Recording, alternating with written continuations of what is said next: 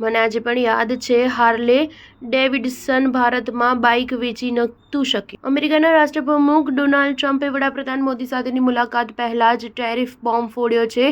Donald ટ્રમ્પે PM Modi સાથેની મુલાકાત પહેલા જ રેસિપ્રોકલ ટેરિફ પર હસ્તાક્ષર કર્યા છે, જેનાથી વૈશ્વિક સ્તરે આર્થિક પડકારો વધવાની સંભાવના વધી છે. આ આદેશ પર હસ્તાક્ષર બાદ ટ્રમ્પે આપેલા નિવેદન પરથી આ ટેરિફ બોમ્બની અસર ભારતને પણ યથાવતની શક્યતા નિશ્ચિત બની છે.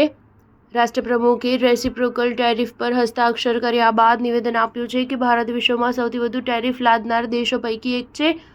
ટ્રમ્પના આ નિવેદનથી તેનો ટેરિફ બોમ્બ ભારત પર પણ પડશે તેની ખાતરી થઈ છે. તેમણે હાર્લે ડેવિડસનનો પણ ઉલ્લેખ કરી ભારતની ટેરિફ અને ટેક્સ નીતિની નિંદા કરી હતી. ડોનાલ્ડ ટ્રમ્પે કહ્યું કે ભારતે વિશ્વના સૌથી વધુ ટેરિફ લગાવનાર દેશો પૈકી એક છે. ભારત સૌથી વધુ ટેરિફ વસૂલે છે. મને યાદ છે જ્યારે હાર્લે ડેવિડસન ભારતમાં પોતાની બાઇક પણ વેચી શક્યું ન હતું, જેની પાછળનું કારણ ભારતનો ઊંચો ટેક્સ હતો.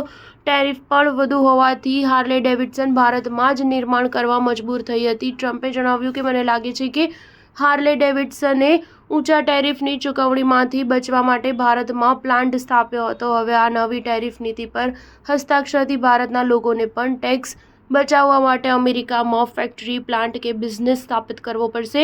રેસિપ્રોકલ ટેરિફ જૈસે કો તૈસા જેવી નીતિ છે, જેમાં એક દેશ દ્વારા લગાવવામાં આવેલા ટેરિફને ધ્યાનમાં રાખતા બીજો દેશ તેટલો જ ટેરિફ તે દેશ પર લાગુ કરે છે, જેમાં બંને દેશોને એકબીજા પર ટેરિફ લાદવાની છૂટ મળે છે. સ્ટાર ન્યૂઝ 7 હંમેશા સચ્ચાઈની સાથે.